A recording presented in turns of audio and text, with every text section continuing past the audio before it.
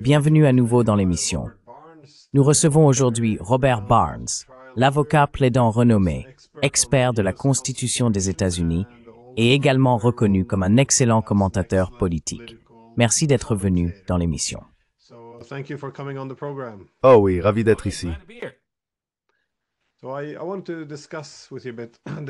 Je voudrais donc discuter un peu avec vous de l'orientation d'America First et de l'économie américaine.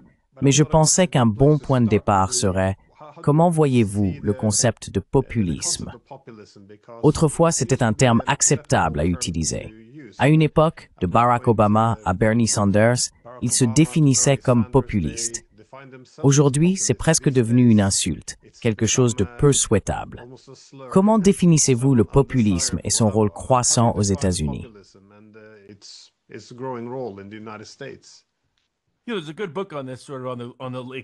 Il existe un bon livre sur le sujet, l'histoire mondiale étendue du populisme et de ses traits communs, intitulé Fixing the System d'Adrian Kuzminski, que je recommande. Je suis né populiste, vous savez. J'ai grandi dans le sud-est du Tennessee, avec des racines appalachiennes. Ma famille remonte jusqu'à la fondation du Rhode Island. Le populisme fait en quelque sorte partie du sang de la politique américaine. Il bénéficie simplement de degrés variables de reconnaissance dans le monde universitaire. Quand le monde universitaire apprécie le populisme, il le célèbre, mais le plus souvent, il le diabolise. Ainsi, s'il peut être associé à Bernie Sanders, Jeremy Corbyn, Barack Obama ou Bill Clinton, alors tout va bien pour lui.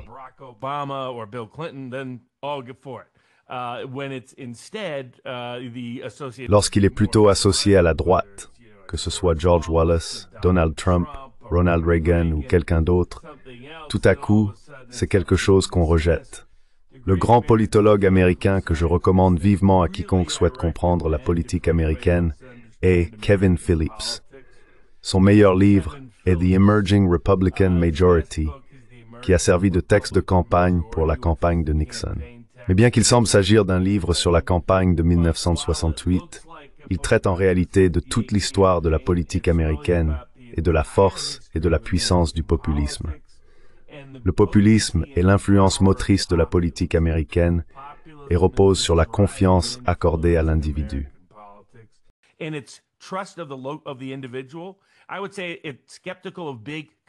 Je dirais qu'il s'agit d'un scepticisme à l'égard des grands pouvoirs concentrés, que ce pouvoir se trouve à Hollywood, à Wall Street, dans les grandes entreprises américaines ou à Washington. Peu importe où il se situe, il existe une méfiance envers cette accumulation institutionnelle du pouvoir, et les gens veulent davantage de pouvoir pour eux-mêmes. Qu'il s'agisse de l'ancienne tradition des pionniers américains, essayer d'obtenir sa propre ferme, de se nourrir soi-même et de posséder une propriété pour être autonome et indépendant, ou de larges pans du mouvement syndical comme l'AFL à sa création, on retrouve une expression diffuse du populisme. Mais c'est véritablement l'élan moteur et l'impulsion de la politique américaine depuis les origines de la fondation du pays.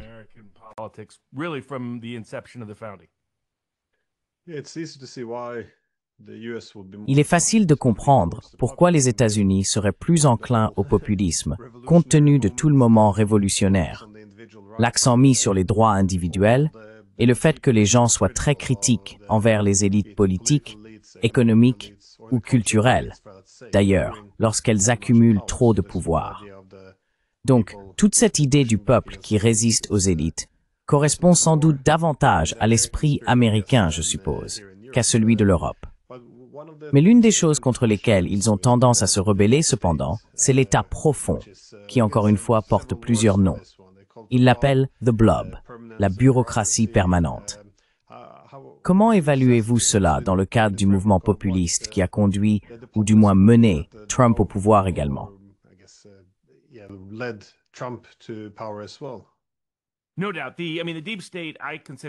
Sans aucun doute.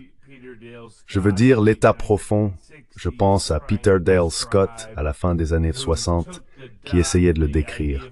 Il a repris l'idée de l'État dual, qui avait été développée pour la première fois par un économiste et éditeur à la fin du XIXe siècle. Comment peut-on avoir ces gouvernements administratifs qui fonctionnent de manière indépendante et sont à l'abri des pressions publiques et politiques.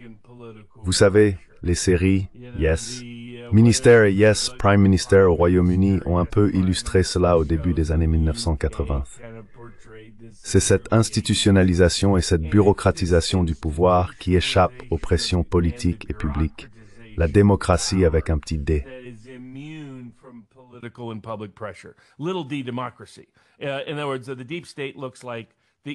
En d'autres termes, l'État profond ressemble davantage à la définition européenne de la démocratie qu'à la définition populiste américaine de celle-ci. Certains d'entre nous le qualifieraient d'antidémocratique. Mais l'État profond américain a pris différentes formes. On pourrait soutenir que le régime royal britannique, contre lequel les Américains se sont révoltés pour déclencher la Révolution, était une sorte d'État profond, avec sa corruption administrative coloniale. Nous en avons vu une autre version émerger pendant la guerre de sécession. Certains suggèrent qu'il était derrière les tentatives d'assassinat, ou du moins complice. Cela s'est en quelque sorte effondré dans les années 1870 et n'a pas perduré.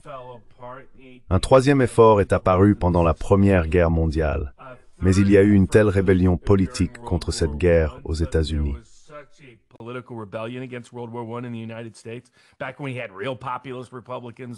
À l'époque où nous avions de véritables républicains populistes comme le sénateur Gerald Nye du Dakota du Nord, qui dirigeait le comité d'enquête sur la Grande Guerre, travaillant avec le général Butler sur l'idée que la guerre est une escroquerie. Tout cela. Puis est venue la Seconde Guerre mondiale, qui fut le grand succès de l'État profond. Ils ont utilisé la guerre froide et l'après-Seconde Guerre mondiale pour établir et institutionnaliser leur pouvoir. C'est essentiellement un double État. Ces composantes administratives et bureaucratiques du gouvernement qui continuent de promouvoir un programme particulier, indépendamment de ce que veulent ou pensent les responsables élus.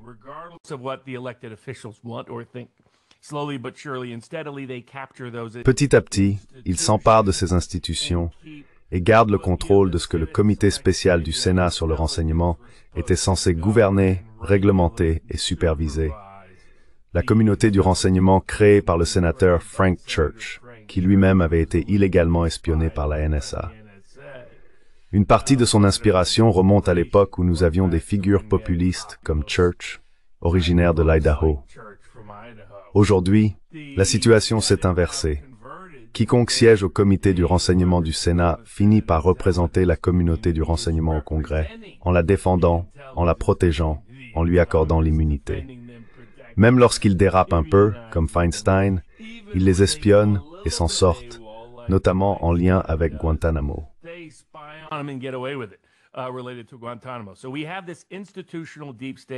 Nous avons donc cet État profond institutionnel qui est bien enraciné, vous savez, un peu comme une pieuvre.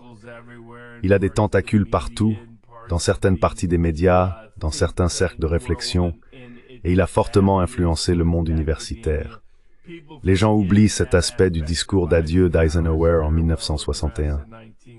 Lorsqu'il a mis en garde contre le complexe militaro-industriel, il mettait aussi en garde contre un État profond susceptible de corrompre la science. Et nous l'avons vu pleinement à l'œuvre dans la réponse au Covid. Ainsi, l'État profond est très puissant aux États-Unis, surtout dans l'ère post-guerre froide.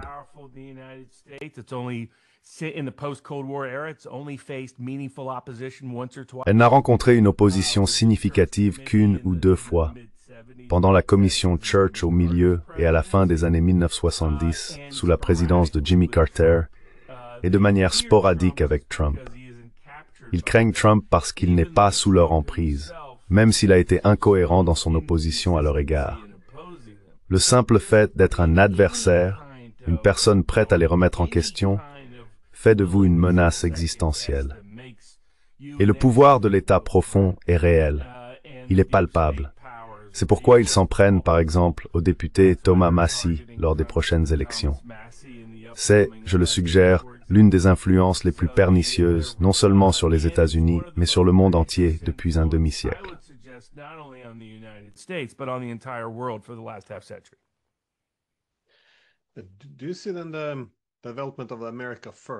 Voyez-vous donc le développement de l'Amérique d'abord? Comment pouvons-nous le conceptualiser? Car pour l'instant, cela semble signifier plusieurs choses différentes, souvent contradictoires à la fois. Cela paraît avoir ressurgi avec le mouvement populiste qui tente de contrer une partie de cette élite qui s'est enracinée au-delà du contrôle démocratique. Mais cela semble aussi lié à la reconnaissance que si les États-Unis se sont trop étendus, préserver l'Empire pourrait commencer à affaiblir la République. Est-ce une définition juste ou comment évalueriez-vous l'ensemble du mouvement America First?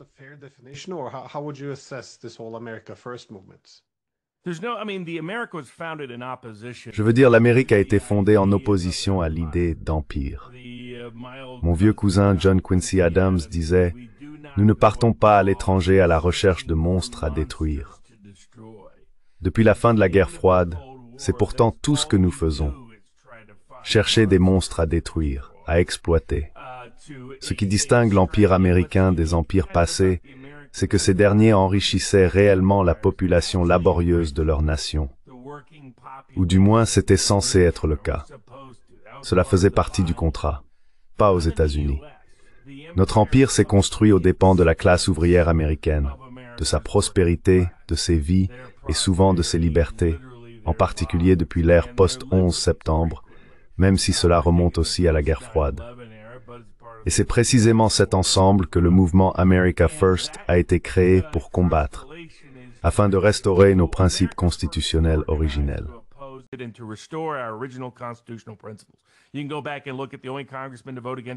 Vous pouvez revenir en arrière et regarder le seul membre du Congrès qui a voté contre la résolution du golfe du Tonkin. Ce n'est pas une coïncidence s'il vient de la même région du pays que moi et que le député Thomas Massie, à savoir l'Est du Kentucky. C'était un républicain de la vieille école qui avait servi pendant la Seconde Guerre mondiale, et il a dit que tout cela, c'était des foutaises. Revenez écouter les avertissements clairvoyants de gens comme le sénateur Taft, qui disait que l'OTAN serait une catastrophe, que l'OTAN serait un piège, et que nous ne devrions pas nous y engager. Regardez maintenant le conflit en Ukraine comme un parfait exemple de la catastrophe qu'a représenté l'OTAN pour les intérêts des Américains ordinaires, mais aussi pour la République constitutionnelle américaine, à laquelle certains d'entre nous croient encore, malgré ce qui se passe.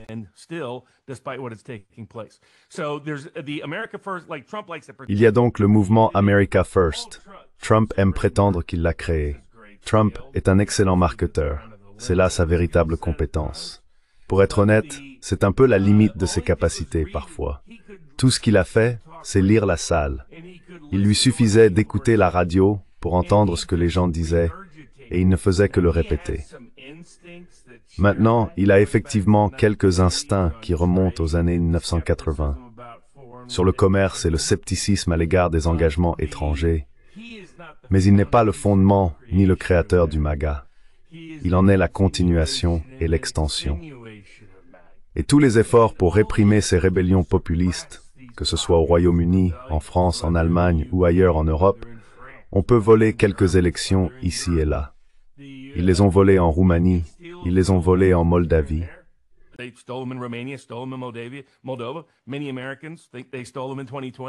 De nombreux Américains pensent qu'ils l'ont volée en 2020 ici, aux États-Unis.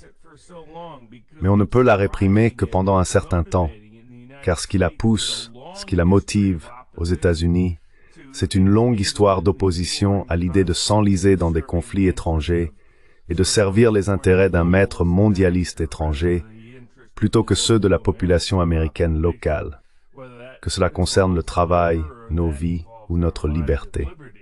Cela reflète aussi simplement la réalité sur le terrain. Les classes populaires en Amérique luttent depuis un demi-siècle. Elles en ont assez, elles sont épuisées. Et la nouvelle génération en a vraiment assez, elle aussi. Donc, que Trump réussisse ou échoue, le mouvement MAGA ne disparaîtra pas et le populisme ne fera que continuer à croître, pas à reculer.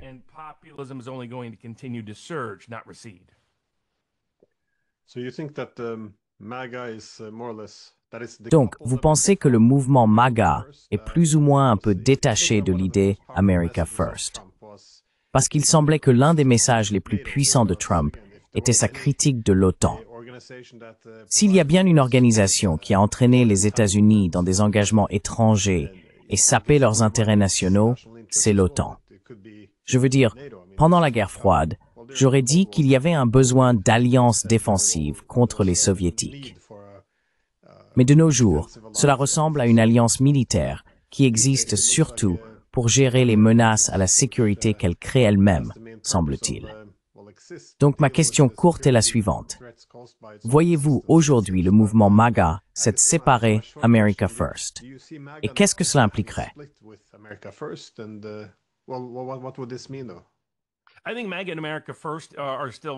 Je pense que MAGA et America First restent encore très étroitement liés. La question est de savoir dans quelle mesure Trump incarne, reflète, exprime et traduit cela dans des politiques concrètes. Au sein de l'administration, celle-ci est meilleure que son premier mandat, mais loin d'être parfaite. Ce que Trump a, c'est avec Scott Bessent, un type qui est un protégé de George Soros et qui représente Wall Street. Il l'a choisi pour représenter Wall Street.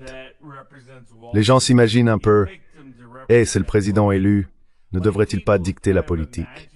En réalité, cela n'est probablement plus vraiment le cas aux États-Unis depuis environ un siècle.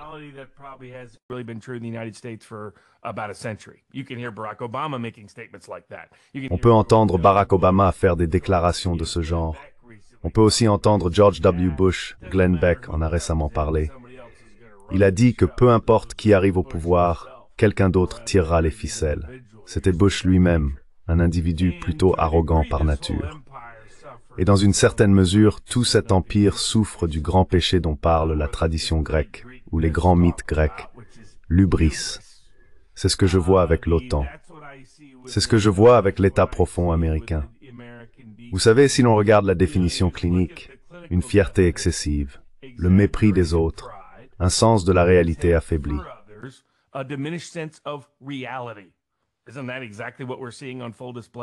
N'est-ce pas exactement ce que nous voyons se dérouler sous nos yeux, que ce soit en lien avec l'Ukraine, la Chine, d'autres régions du Moyen-Orient ou d'autres parties du monde? Nous assistons à une déconnexion totale de la réalité. Nous voyons un mépris complet pour le camp opposé. Et nous voyons une fierté ridicule et démesurée. Ce n'est pas vraiment le MAGA. Il y a un aspect du MAGA qui est très patriotique, mais il ne faut pas le confondre avec l'attitude du type « America, fier ». C'est une petite frange de conservateurs baby-boomers qui, littéralement, disparaissent politiquement. Les gens de la classe ouvrière, surtout les plus jeunes, ne veulent rien avoir à faire avec ces guerres étrangères stupides. Ils ne veulent plus d'enchevêtrements étrangers. L'OTAN en est l'illustration parfaite. L'Ukraine, eh bien, le fait que nous continuions à donner de l'argent à Zelensky est tout simplement une honte pour les États-Unis. C'est pourquoi Trump doit faire de grands efforts pour prétendre qu'il ne le fait pas. Il dit qu'il le donne à l'OTAN.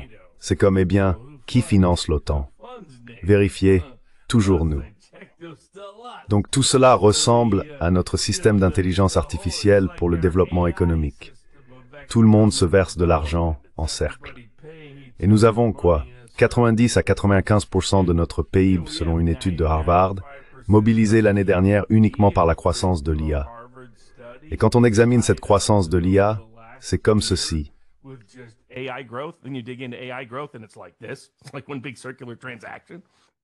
C'est comme une grande transaction circulaire. Le mouvement MAGA ne va nulle part. America First ne va nulle part. Trump aime faire semblant de l'avoir inventé, mais en réalité, c'était une attaque du New York Times. En 2016, le New York Times a dit « Oh mon Dieu, c'est comme dans les années 1940, le mouvement America First contre la guerre pendant la Seconde Guerre mondiale. » Et Trump s'est dit « America First, oh, c'est génial, je vais utiliser ça. » Et c'est de là qu'il a eu l'idée. Il l'a simplement volé au New York Times qu'il avait utilisé comme une insulte. Mais il ne l'a ni créé, ni inventé, ni initié. Maintenant, à la Maison-Blanche, il y a les personnes qui représentent le mieux cela. Trump oscille, certains jours il est pour America First, d'autres jours il veut satisfaire les puissants intérêts institutionnels du pays. Et c'est pourquoi Scott Bessent représente Wall Street. Rubio incarne le type d'establishment néolibéral et néoconservateur des groupes de réflexion du département d'État et par extension le complexe militaro-industriel et l'État de surveillance. Ces hommes défendent donc ses intérêts et non ceux des électeurs américains. Ensuite, il y a ceux qui représentent les électeurs américains et qui disposent d'un capital, car leur capital, c'est le soutien populaire. Le vice-président Vance, Tulsi Gabbard, le directeur du renseignement national et Robert Kennedy, secrétaire à la santé et aux services sociaux. Dans une certaine mesure, Witkoff représente le versant MAGA de Trump, tandis que Rubio incarne le contrôle institutionnel des donateurs de l'État profond sur Trump. Et parfois, certains commencent à se demander si Trump dirige réellement sa propre politique étrangère.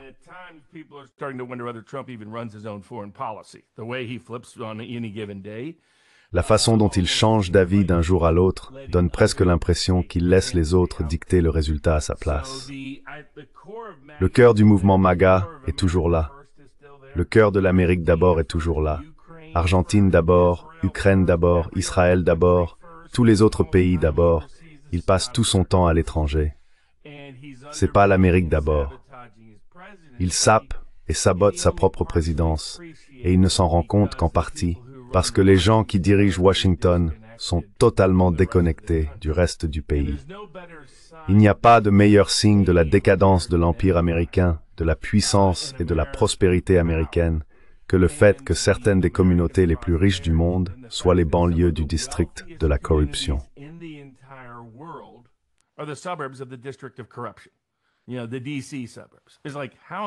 Vous savez, les banlieues de Washington, D.C. Comment se fait-il que ces endroits soient les plus riches? Le signe d'une société en croissance, florissante et productive, c'est qu'elle fabrique des choses et que la région la plus prospère du pays en soit le reflet. Chez nous, c'est tout le contraire. C'est la classe politique parasitaire de D.C. qui en profite. La question est donc de savoir dans quelle mesure Trump peut être une figure transformatrice, nous ramenant à nos racines constitutionnelles. Ou bien n'est-il qu'une figure de transition, nous éloignant de la fin de l'Empire pour nous ramener à nos racines populistes. Mais je crois que dans un cas comme dans l'autre, c'est ce que le public américain veut. C'est ce que le peuple américain continuera d'exiger. Et les faiblesses ou les limites de Trump ne feront que révéler la nécessité de réformes institutionnelles comme remède ultime.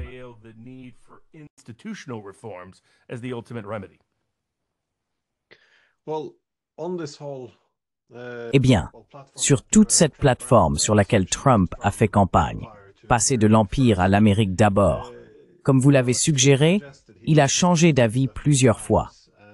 Il y a toujours ce débat selon lequel certains pensent qu'il cherche simplement à apaiser les faucons, les mondialistes, si vous voulez, au sein de son propre camp, parce que Washington, bien sûr, n'est pas entièrement avec lui sur cette question, et que l'État profond est toujours bien présent. D'autres disent que tout a été complètement capturé. Penchez-vous alors vers une troisième option, qui n'a jamais vraiment eu le contrôle dès le départ. Ou comment interprétez-vous cela? Eh bien, pour commencer, afin de poursuivre sur ce point, un bon cas d'étude serait ce récent va-et-vient avec les Russes. Comme vous vous en souvenez, il était très strict. Il allait lancer un compte à rebours. Les Russes devaient accepter un cessez-le-feu inconditionnel, sinon il y aurait de lourdes conséquences. Et vous savez, le délai a expiré, ils ont décidé de se rencontrer en Alaska. Et il est revenu en disant, eh bien oui, un cessez-le-feu inconditionnel, ce n'est pas la paix du tout. Et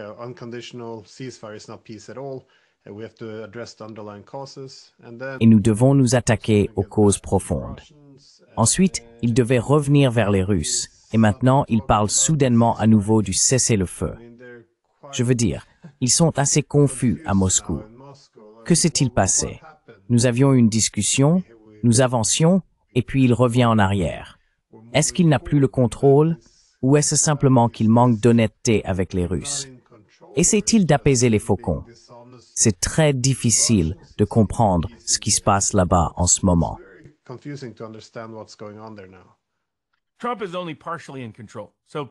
Trump n'a qu'un contrôle partiel. Les gens imaginent que si vous êtes élu président des États-Unis, vous avez le plein contrôle. Mais le président Kennedy le pensait aussi, et ils l'ont assassiné. Robert Kennedy a essayé de reprendre le pouvoir, et ils l'ont assassiné. Richard Nixon a tenté d'installer sa propre base de pouvoir, peut-être pour de bonnes, peut-être pour de mauvaises raisons, mais ils l'ont destitué et l'ont écarté de la présidence. Jimmy Carter a essayé de lancer de petites contestations ici et là, et ils ont détourné sa présidence avec l'affaire des otages d'Iran-Contra, qui a vraiment commencé vers la fin de son propre mandat. Ensuite, vous savez, Reagan n'a jamais vraiment eu l'intention d'affronter l'establishment de l'État profond.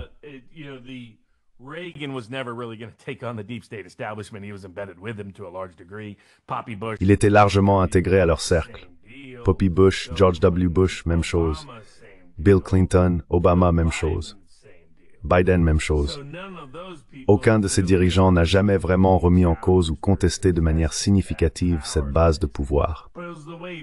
C'est ainsi que Poutine décrivait autrefois les présidents américains. Il disait « Je pense qu'ils veulent tous vraiment arriver et changer les choses, mais ensuite les hommes en costume gris arrivent, et ce sont eux qui dirigent. » Ainsi, Poutine a toujours eu une bien meilleure compréhension de la politique présidentielle américaine que presque n'importe quel autre dirigeant étranger, à mon avis. Je pense que c'est pour cela qu'il a été doux, généreux et très diplomate pendant toutes les crises de colère de Trump au cours des 6 derniers mois.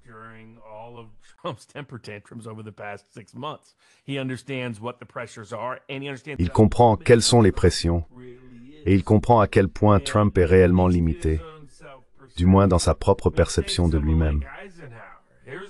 Je veux dire, prenons quelqu'un comme Eisenhower. Voilà un homme qui... Pourquoi a-t-il attendu son discours d'adieu pour parler de ce qui devenait une menace sérieuse et systématique pour l'avenir de la liberté constitutionnelle? Il jugeait cela assez grave pour y consacrer tout son discours d'adieu. Mais il n'a pas eu le courage de le contester pendant son ascension au pouvoir dans les années 1950. Et puis regardez Trump, chaque fois qu'il s'est un peu écarté de cette ligne. Quand il a dit « entendons-nous, l'Amérique ne s'en porterait-elle pas mieux si nous nous entendions avec la Russie, si nous nous entendions avec Poutine ?»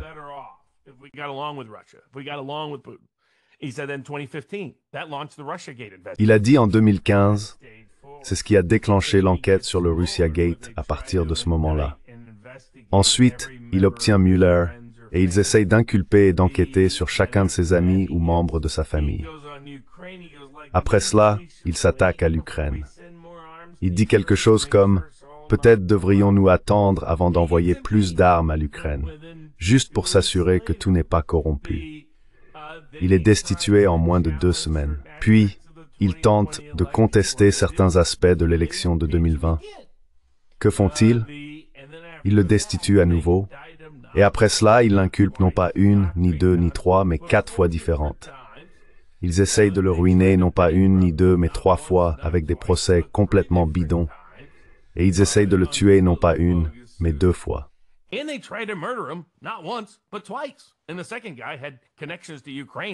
le deuxième type avait des liens avec l'Ukraine partout, qu'ils ont essayé de dissimuler autant que possible.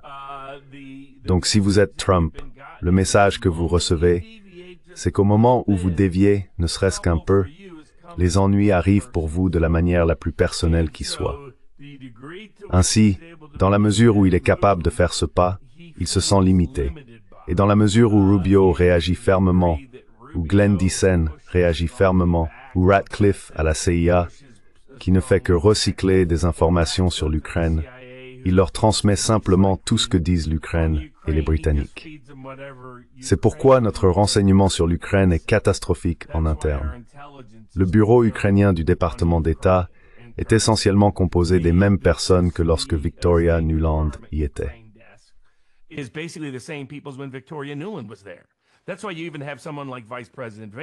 C'est pourquoi vous avez même quelqu'un comme le vice-président Vance qui veut que nous sortions de ce conflit et dont les penchants sont beaucoup plus orientés America First, se faire nourrir de fausses informations et de faux renseignements par notre propre département d'État, notre propre CIA et notre propre Pentagone.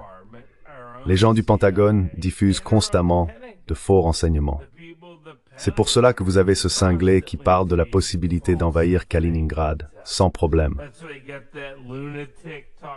On a l'impression d'être revenu dans les années 1950, quand il y avait des types comme Curtis Bombs Away LeMay, qui avaient hâte de larguer la bombe sur le prochain pays. Vous savez, tous ces généraux, après avoir gagné la Seconde Guerre mondiale, disaient « Nous avons l'arme nucléaire, personne d'autre ne l'a, allons bombarder l'Union soviétique. »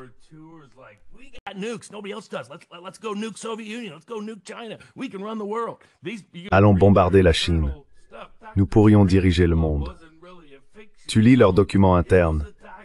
Dr. Folamour n'était pas vraiment un film de fiction, c'était un documentaire. Et maintenant, certains de ces cinglés sont de retour au sommet du Pentagone.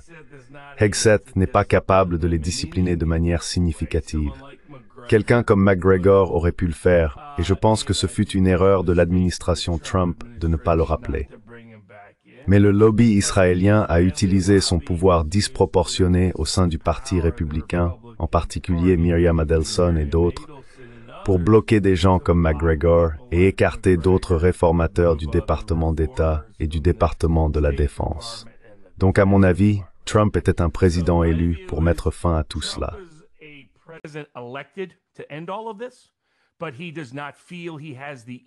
Mais il ne sent pas qu'il a la liberté ou l'aisance du pouvoir pour le faire. C'est pourquoi il essaye toujours d'obtenir l'adhésion de tout le monde, ou du moins de faire face au minimum de résistance. Il essayait de conclure un accord avec Poutine qu'ils accepteraient.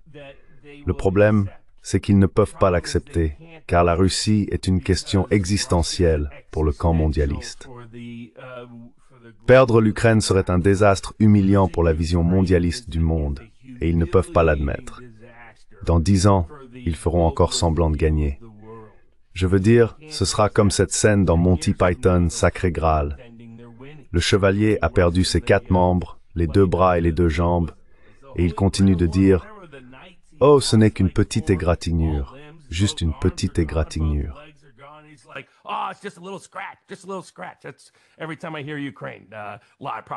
Chaque fois que j'entends Ukraine, j'entends beaucoup de propagande, de la slopaganda. Vraiment, c'est mon point de vue. Je crois que Trump a encore de bons instincts. Les gens se moquent de lui, disant qu'il veut un prix Nobel de la paix et tout ça. Mais je préfère encore que mes présidents recherchent la paix et veuillent être connus pour la paix plutôt que pour la guerre. Je pense que cet instinct existe, qu'il est réel et qu'il essaiera toujours de trouver des moyens de l'exprimer. Mais il se sent très contraint par le complexe militaro-industriel, l'état profond et le contrôle des donateurs dans la politique américaine. C'est pour cela qu'on voit ces revirements incessants, encore et encore.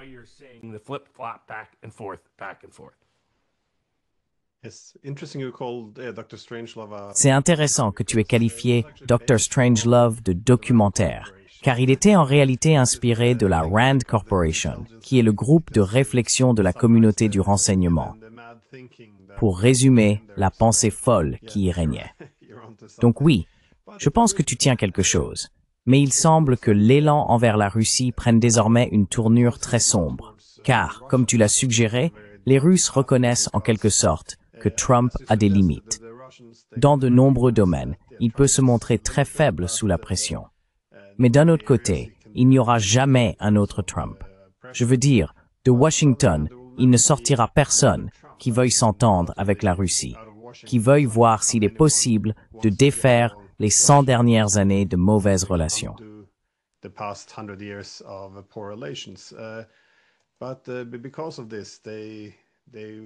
Mais à cause de cela, ils semblent disposés ou désireux d'éviter toute escalade, au point de laisser leur capacité de dissuasion s'affaiblir de plus en plus.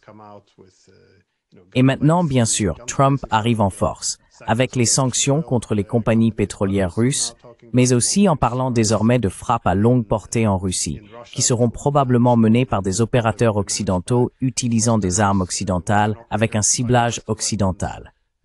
Donc, encore une fois, c'est une guerre directe. Et en Russie, les efforts de Poutine pour se rapprocher de Trump ont un coût énorme, car une forte pression monte pour rétablir la dissuasion.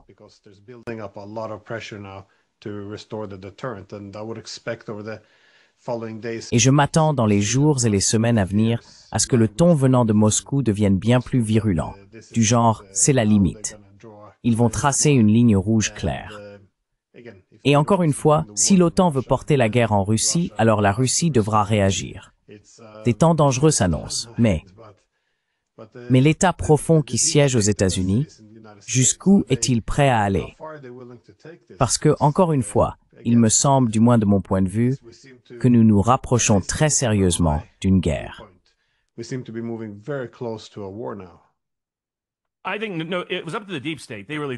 Je pense que si ça ne tenait qu'à l'État profond, ils croient vraiment pouvoir gagner une guerre nucléaire limitée. Et on a vu des chercheurs, des universitaires et des groupes de réflexion avancer ces idées au cours des 5 dernières années. C'est à quel point ces gens sont fous. Pour ma part, je pense que Trump n'a jamais eu l'intention d'envoyer des Tomahawks. Je continue de penser qu'il ne le fera jamais. Je sais qu'il y a beaucoup de scepticisme à cause de sa rhétorique et de son langage, mais si l'on regarde ce que Trump essaie surtout d'éviter, c'est que le Sénat le force à imposer des sanctions de 500% au monde entier en lien avec le pétrole russe, ce qui ferait couler l'économie américaine et ferait flamber les prix.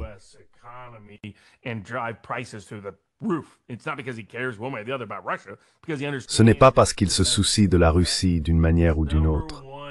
C'est parce qu'il comprend l'effet intérieur. Son principal atout pour maîtriser les prix, même s'ils restent trop élevés, a été le coût de l'énergie. Il perd cet avantage dès qu'il y a de véritables sanctions contre la Russie. L'autre chose, c'est que Trump a l'habitude de faire de grandes déclarations. Je recommande aux gens de suivre le département d'État, la Maison-Blanche et le département du Trésor. Ces petits communiqués d'ordre exécutif ou de certification, et de les regarder créer d'énormes échappatoires. Vous savez, comme pour l'Inde, l'une des personnes clés impliquées dans le raffinage indien est proche de la famille Trump. Il n'y a aucune chance que ce type se fasse avoir.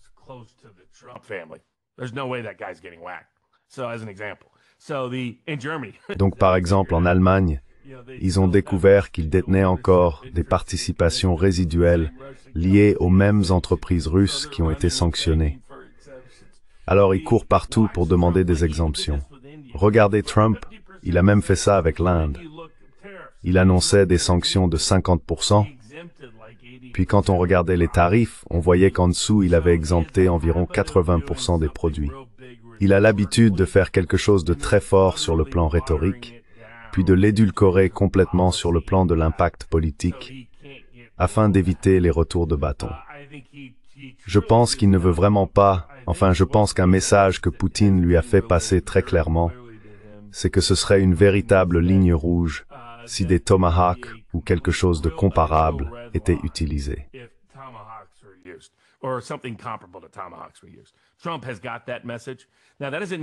Trump a compris le message. Cela ne veut pas dire que le Pentagone ne court pas partout en disant aux gens « Eh, nous donnons à l'Ukraine les moyens de mener des bombardements à long terme avec un soutien logistique et en renseignement. » Et en reliant cela au Wall Street Journal. Ils se sont simplement un peu emballés. Trump n'a aucun intérêt à ce que cela se produise. C'est pourquoi il l'a publiquement nié. Je pense que vous verrez Trump faire marche arrière. Il essaiera d'éviter cela. Souvent, il parle très fort, puis il fait quelque chose comme en Syrie. Oh oui, nous allons faire quelque chose, lors du premier mandat. Et ensuite, nous bombardons un aéroport vide après les avoir appelés pour les prévenir 9 heures à l'avance.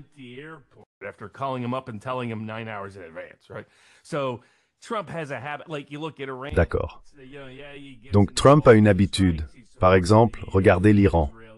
Vous savez, oui, il s'implique dans les frappes, il soutient l'effort israélien. Mais que fait réellement les États-Unis? Peut-être qu'on frappe quelque chose là-bas, peut-être qu'on touche juste le flanc d'une montagne. Qui sait? Donc je me concentrerai davantage sur ce qu'il fait réellement que sur sa rhétorique et son langage. Je pense que Poutine a joué cela de manière très intelligente, même si politiquement cela lui a valu beaucoup de réactions négatives en Russie. Mais ignorez la rhétorique de Trump. Regardez ce qu'il fait. À mon avis, ce qu'il fera, c'est essayer de minimiser tout ce qui pourrait être une escalade envers la Russie, tout en essayant d'équilibrer les dynamiques de pouvoir à l'intérieur des États-Unis. Il n'a pas vraiment à négocier, ni avec Zelensky, ni avec Poutine.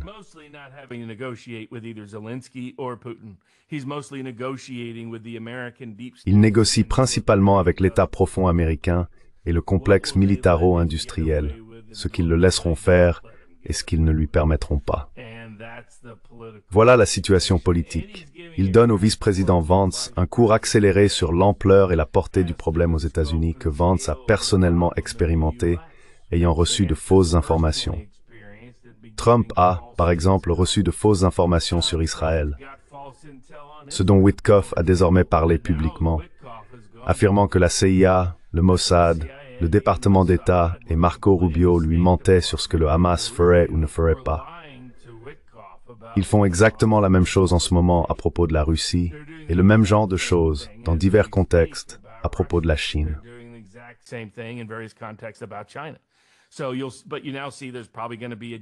Donc vous voyez maintenant qu'il y aura probablement un accord conclu avec la Chine, car la Chine détient le monopole du raffinage des terres rares que nous ne pourrons pas remplacer de sitôt.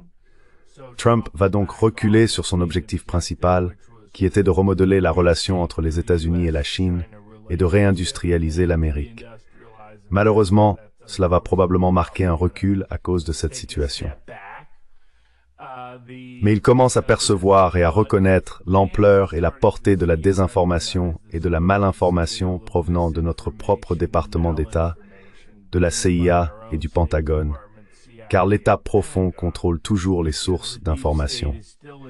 Et c'est ainsi qu'ils maintiennent leur emprise sur des personnes comme Trump.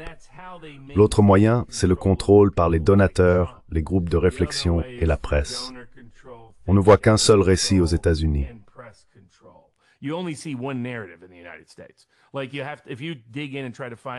Si vous cherchez à savoir comment l'économie russe s'est comportée au cours des 5 dernières années, via l'IA, une recherche Google, peu importe, vous obtiendrez de fausses informations provenant de centaines de sources.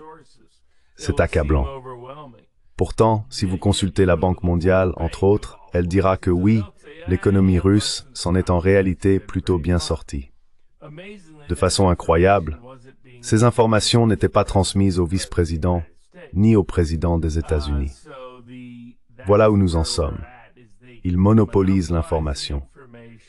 Ils exercent un contrôle à travers les donateurs, les think tanks et le monde universitaire, ce qui continue de fausser la politique étrangère américaine, tandis que Trump tente, de manière sporadique et erratique, de faire respecter la volonté des électeurs pour nous sortir de ces guerres insensées.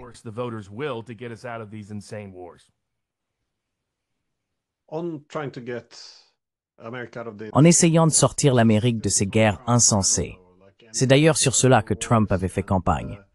Mettre fin aux guerres sans fin, faire la paix avec la Russie, réduire la dette. Mais en cours de route, je me demande dans quelle mesure il y a un risque que toute sa présidence se désagrège, car il a perdu des alliés en chemin à cause de la question de la dette. Il a perdu Musk à cause des guerres étrangères. Il a perdu des gens comme Tucker Carlson. Mais dans l'ensemble, il semblait que trop de problèmes s'accumulaient, de Gaza à l'Iran.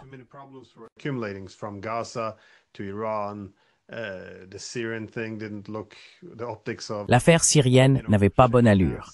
L'image de, vous savez, serrer la main et complimenter le chef de l'État islamique, ce n'est pas très flatteur. Mais aussi, bien sûr, maintenant qu'il se joint au mouvement, passant de la critique de Zelensky à son étreinte. Toutes ces choses semblent s'accumuler. Et puis, bien sûr, le grand final semblait devoir être l'affaire Epstein, dont il ne pouvait pas sortir du cycle médiatique. On avait l'impression que tout pouvait se défaire. Mais maintenant, les médias semblent lâcher prise sur Epstein. Pensez-vous que l'ensemble de la présidence pourrait encore se déliter ou qu'elle est en train de se stabiliser?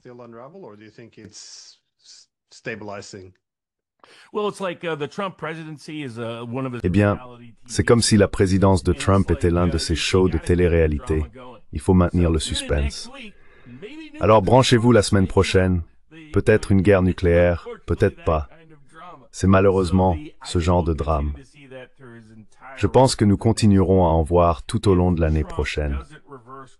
Si Trump ne change pas de cap sur certaines de ses politiques étrangères, s'il ne nous retire pas d'Ukraine, s'il relance les tensions, si Gaza s'embrase de nouveau, si l'Iran revient dans le jeu, s'il se laisse entraîner dans un conflit de type vénézuélien, peut-être avec la Colombie ou ailleurs, alors il sera perçu comme ignorant les problèmes intérieurs, les coûts de santé incontrôlés, les prix généraux des biens essentiels qui s'envolent.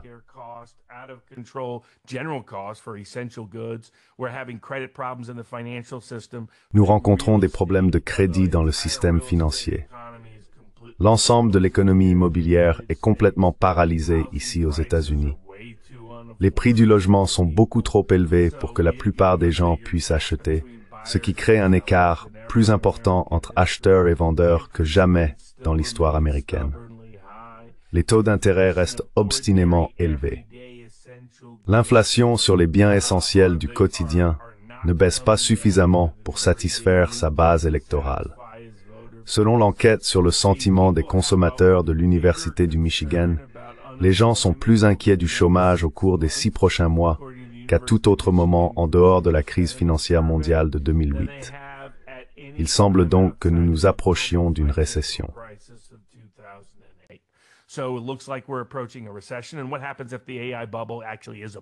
Et que se passe-t-il si la bulle est vraiment une bulle? Et que se passe-t-il si elle éclate? Et que se passe-t-il si elle éclate au milieu de tout cela?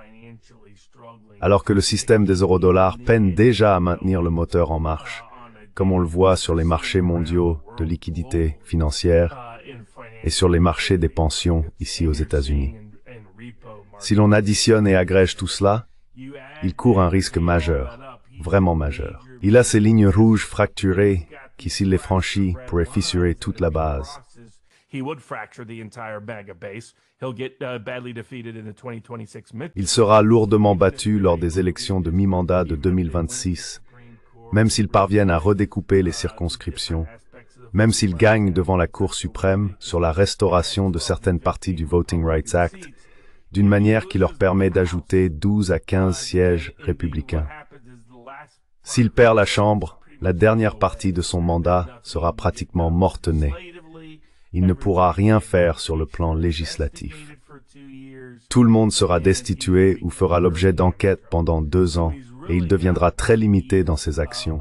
Il a donc environ 1 an de marge pour agir et accomplir quelque chose. C'est pourquoi ceux de la base MAGA encourageaient le rapprochement avec la Russie en août, pendant que le Sénat était en congé, car lorsque le Sénat revient, il cause toujours des problèmes.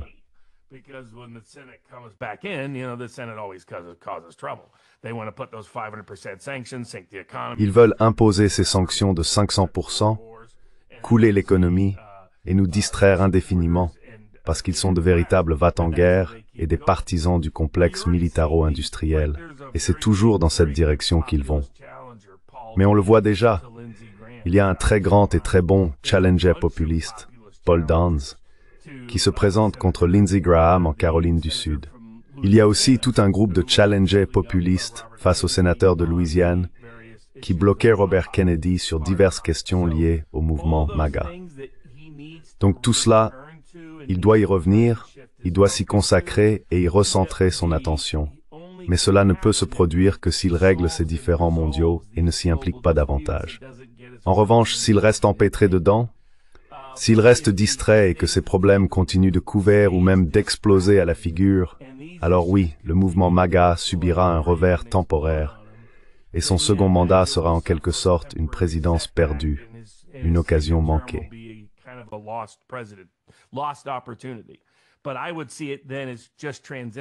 Mais je le verrai alors simplement comme une phase de transition.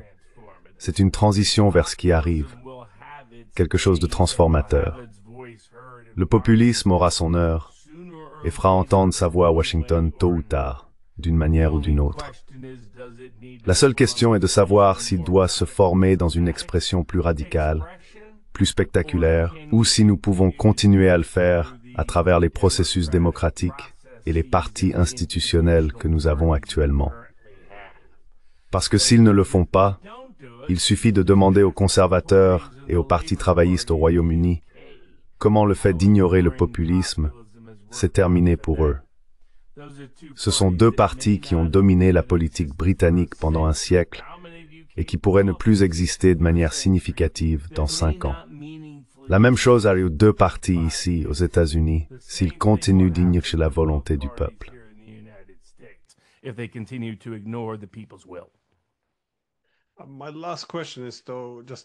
Ma dernière question concerne l'aspect juridique. Comment Trump s'en sort-il actuellement en matière de respect de la loi, notamment sur des questions comme les tarifs douaniers? Le droit n'est pas vraiment mon domaine, mais dans quelle mesure peut-il faire tout cela de son propre chef, tout en restant dans la légalité?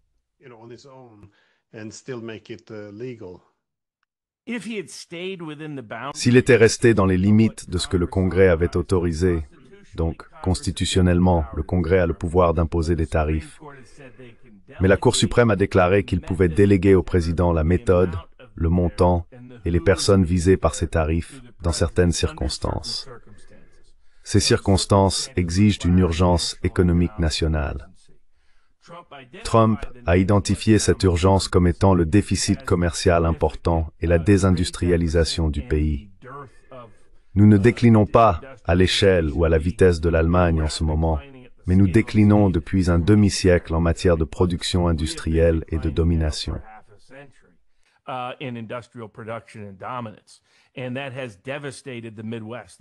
Et ça a dévasté le Midwest industriel de l'Amérique, un peu comme les régions centrales du Royaume-Uni et d'autres endroits similaires, les Midlands.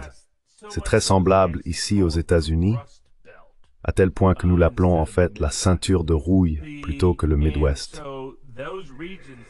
Et donc ces régions qu'il avait été élu pour sauver, restaurer et revitaliser grâce à la politique tarifaire, en ramenant l'ancien plan américain d'Alexander Hamilton et d'autres pour reconstruire la puissance industrielle, étaient essentielles.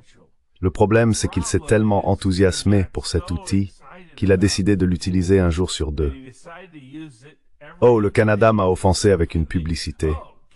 10% de droits de douane pour vous. Bolsonaro a des ennuis au Brésil à cause de sa querelle avec Lula. 50% de droits de douane pour vous. Bref, d'eau d'hydroessence.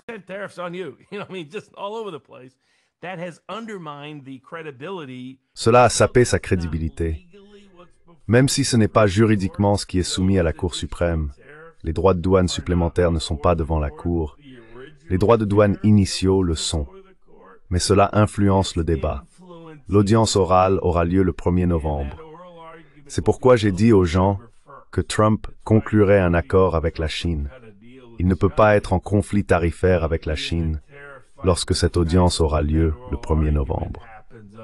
Ces droits de douane de 100% étaient donc du pur bluff. Il n'allait pas faire cela, sachant que la grande bataille se joue là. Les marchés de paris et de prévision estiment qu'il y a environ 60% de chances qu'ils perdent devant la Cour suprême. Pour donner une idée de la catastrophe politique que ce serait, Trump devrait rembourser tous les droits de douane.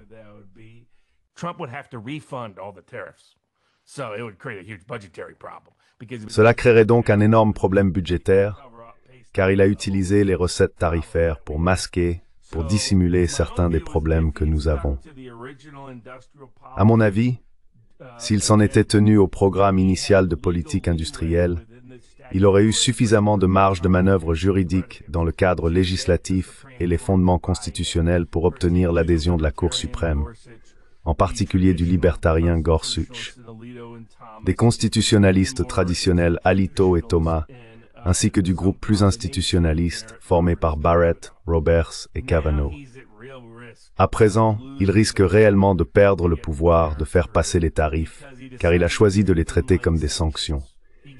Il a attrapé la maladie de l'humer, il a contracté ce virus politisé, et cela a peut-être malheureusement endommagé le pilier central de sa politique économique.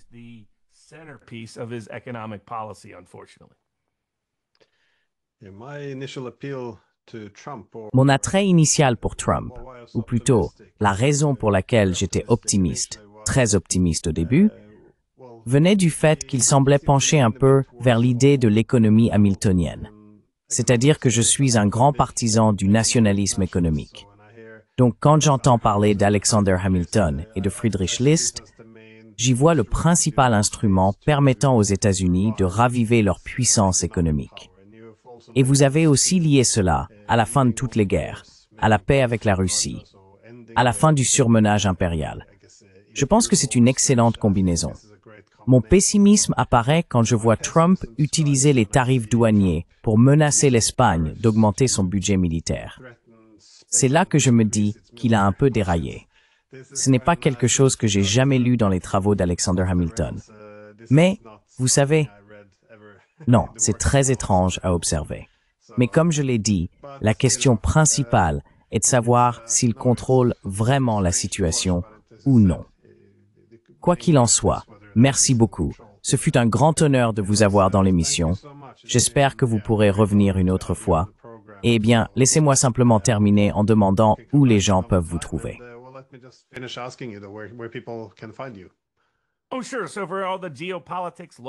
Oh, bien sûr. Donc, pour tout ce qui concerne la géopolitique, le droit et les autres sujets politiques, vous pouvez les trouver sur deux sites différents. Le premier est vivabarneslaw.local.com. C'est le même endroit où vous pouvez trouver theduran.locals.com. Ils font également un excellent travail, bien sûr. Et puis, il y a sportspixlocals.com pour les marchés de prédiction, les marchés politiques et les marchés électoraux. Nous avons eu beaucoup de succès jusqu'à présent dans les élections de cette année. Et maintenant, vous pouvez échanger sur la géopolitique comme n'importe quel kidam. Vous n'avez plus besoin d'être un initié de Wall Street pour obtenir ces opportunités. Donc, c'est sportspix.locals.com et vivabarneslaw.locals.com.